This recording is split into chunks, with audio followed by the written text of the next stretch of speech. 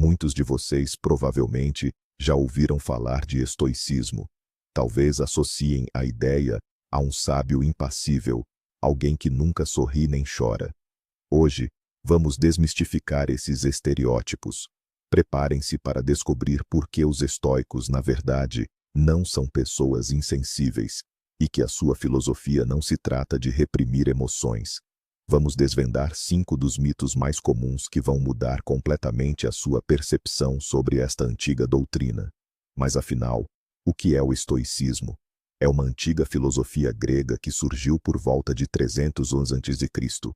Ela nos ensina a como viver uma vida boa e com propósito. É um guia prático para alcançar a calma, a sabedoria e a força interior. O estoicismo não é uma religião, mas sim um conjunto de princípios que nos ajudam a lidar com os desafios da vida. Vamos começar com o primeiro, e talvez o mais persistente dos equívocos. O mito número 1. Os estoicos são robôs insensíveis, desprovidos de qualquer emoção. Imagine alguém que nunca sente alegria, tristeza ou raiva. É assim que muitos imaginam um verdadeiro estoico. Uma figura impassível, que observa o mundo com uma expressão pétrea. Mas esta é uma compreensão profundamente equivocada, que deturpa por completo a verdadeira essência desta filosofia milenar. Na verdade, os estoicos entendiam que as emoções são uma parte inerente à condição humana. Eles não pregavam a supressão ou a eliminação das emoções. Isso seria simplesmente impossível e até mesmo prejudicial. Em vez disso, os estoicos ensinavam-nos a reconhecer nossas emoções, a entender sua fonte e, o mais crucial, a gerenciá-las, impedindo que controlem nossa vida. Este é o ponto fundamental. Eles faziam uma distinção clara entre as impressões iniciais, nossa primeira e espontânea reação a um evento, e os juízos, a maneira como interpretamos essas impressões. Tomemos um exemplo que todos conhecemos. Você está preso num engarrafamento infernal. Sua primeira reação é de irritação, talvez até raiva. Um estoico não fingiria que não sente isso. Ele reconheceria a irritação. Mas, em vez de deixar essa emoção escalar para a fúria, ele faria a si mesmo a pergunta: posso mudar algo nesta situação?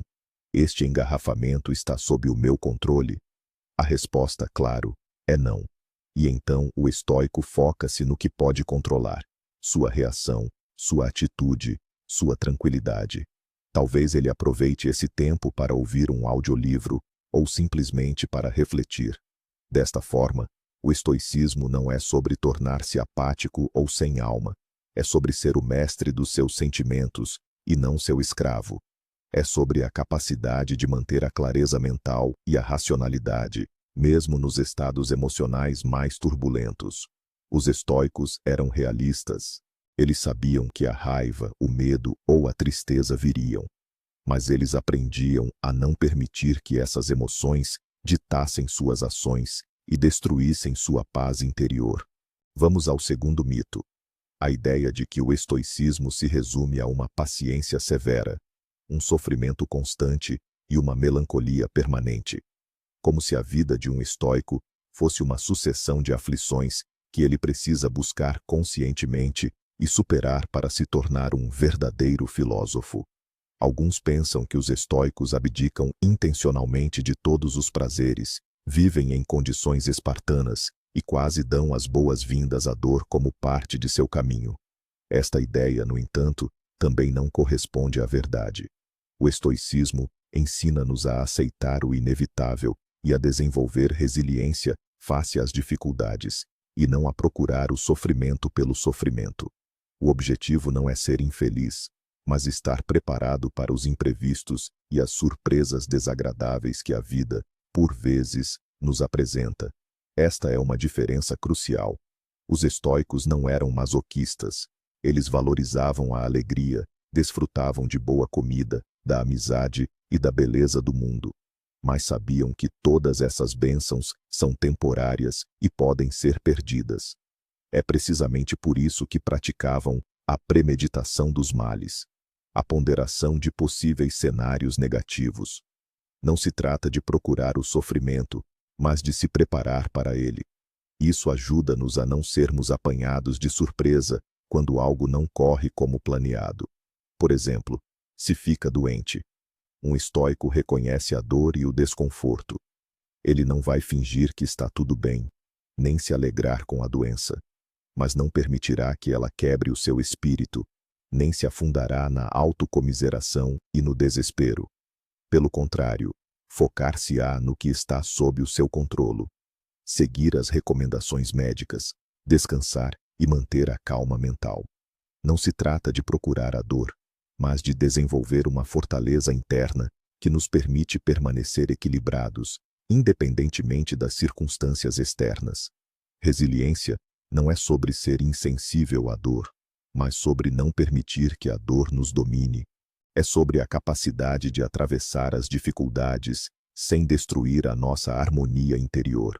Os estoicos almejavam a prosperidade e uma vida plena, mas compreendiam que, no caminho para alcançá-las, as provações são inevitáveis, e ensinavam como enfrentar e superar esses desafios com dignidade. Vamos agora desmistificar o terceiro mito, o de que os estoicos são fatalistas. Muitos acreditam erroneamente que os estoicos se resignam passivamente a tudo o que acontece na vida, pensando que assim está escrito e que nada pode ser mudado. Qual o sentido de agir, se tudo já foi determinado? Este é um equívoco generalizado que deturpa uma filosofia tão ativa e prática, transformando-a em mera passividade. Na verdade, o estoicismo ensina a distinguir muito claramente o que está ao nosso alcance, sob o nosso controlo, e o que está fora do nosso alcance, fora do nosso controlo. Este é um princípio central, conhecido como a dicotomia do controlo. Não podemos controlar o tempo, a opinião alheia, o resultado de uma lotaria ou até mesmo certas doenças. Mas podemos, sim, controlar os nossos pensamentos, as nossas ações, as nossas reações e as nossas crenças. É precisamente nisto que reside a postura ativa do estoico. Onde temos controlo, devemos agir da forma mais eficaz e virtuosa possível. Vou dar um exemplo. Imaginemos que se está a preparar para um exame importante. Um fatalista diria: se for para passar, passarei. Se não for, não passarei. Para que me esforçar? Mas o estoico agiria de forma diferente. Ele estuda com dedicação, revisa a matéria, dorme bem, ou seja, faz tudo o que está ao seu alcance para se preparar ao máximo. No entanto, se depois de todos estes esforços, ele ainda assim obtiver uma nota baixa, por exemplo, devido a uma doença no dia do exame ou a uma pergunta injusta, ele não se afundará no desespero. Ele aceitará o resultado, porque fez tudo o que podia, e o desfecho estava fora do seu controlo. Isto não é resignação passiva, mas sim uma distribuição sábia de esforços e energia. O estoico age ativamente, aplicando o máximo de esforço onde pode influenciar a situação, mas liberta os resultados que estão fora do seu controlo. Esta abordagem ajuda a evitar preocupações desnecessárias e frustrações, mantendo, ao mesmo tempo, a motivação para agir. O fatalismo é inação. O estoicismo é ação racional e intencional, combinada com a aceitação serena do que é impossível mudar. O quarto mito afirma que o estoicismo é uma filosofia egoísta, focada apenas na paz interior e que ignora a sociedade.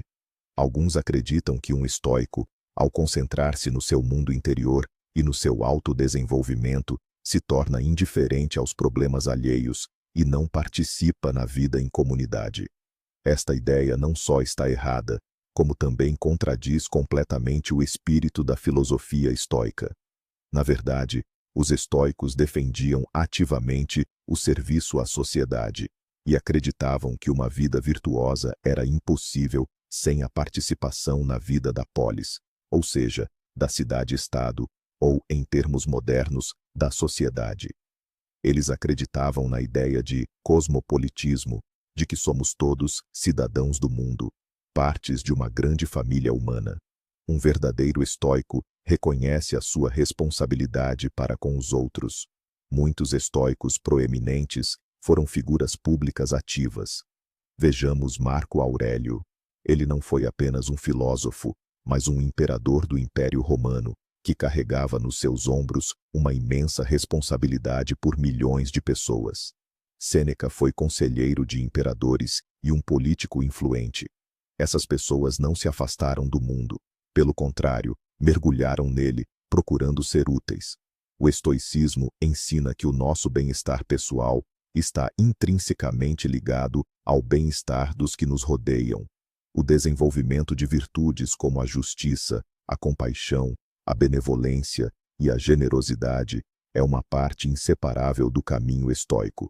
Um estoico não busca apenas a sua própria paz de espírito, mas sim tornar-se a melhor versão de si mesmo, e essa melhor versão, naturalmente, demonstra cuidado pelos outros.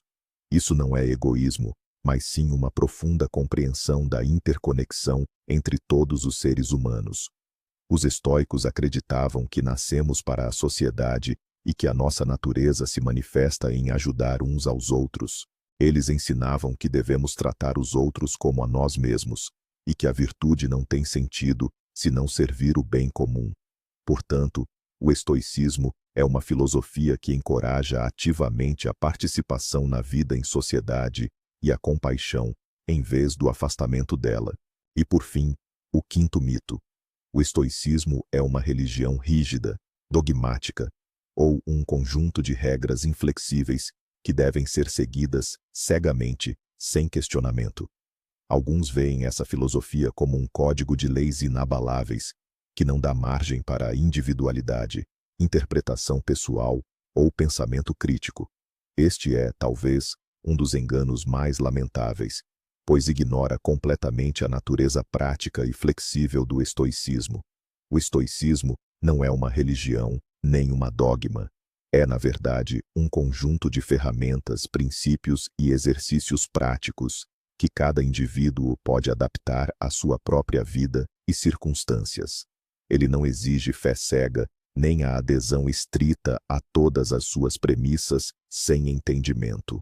Pelo contrário, o estoicismo incentiva ativamente a reflexão, a autoanálise e a aplicação pessoal desses princípios. Não é preciso ser um estoico perfeito, seguindo cada palavra dos filósofos antigos. A ideia é extrair deste ensinamento as ideias e métodos que ressoam com você, que o ajudam a lidar melhor com os desafios da vida, a desenvolver o caráter e a encontrar a paz interior. É um sistema altamente flexível, que evoluiu ao longo dos séculos e continua relevante justamente por sua adaptabilidade. Por exemplo, a meditação sobre a morte, memento mori, ou a premeditação dos males, premeditatio malorum, não são rituais inflexíveis, mas sim exercícios mentais que ajudam a valorizar o presente e a desenvolver a resiliência. Você pode praticá-los da forma que melhor se adapte a você. O estoicismo não oferece respostas prontas para todas as questões da vida, mas sim uma estrutura poderosa para a busca dessas respostas, para o desenvolvimento da sua própria razão e virtude. Ele ensina a pensar criticamente, a questionar as próprias crenças e a trabalhar continuamente no autoaperfeiçoamento.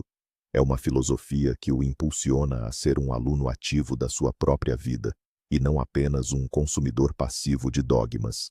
Ela convida à constante automelhoria e exploração, tornando-o o autor do seu próprio e singular caminho estoico.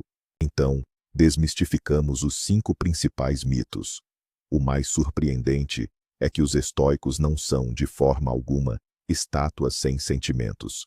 Eles eram pessoas profundamente sensíveis, que apenas aprenderam a lidar de forma inteligente com suas emoções. Não buscam o sofrimento, mas sabem suportá-lo com resiliência. Não são fatalistas, e sim agentes ativos que compreendem os seus limites, e não são de todo egoístas, mas defendem o serviço à comunidade, oferecendo ferramentas para uma vida significativa e virtuosa. Que reviravolta, não é mesmo? Esperamos que este vídeo tenha oferecido uma nova perspectiva sobre o estoicismo e a sua surpreendente relevância. Não é uma doutrina para pessoas especiais, mas um guia prático para cada um de nós. Se você gostou deste vídeo, não se esqueça de curtir, se inscrever no canal e ativar o sininho para não perder os próximos lançamentos. E qual destes mitos surpreendeu você mais?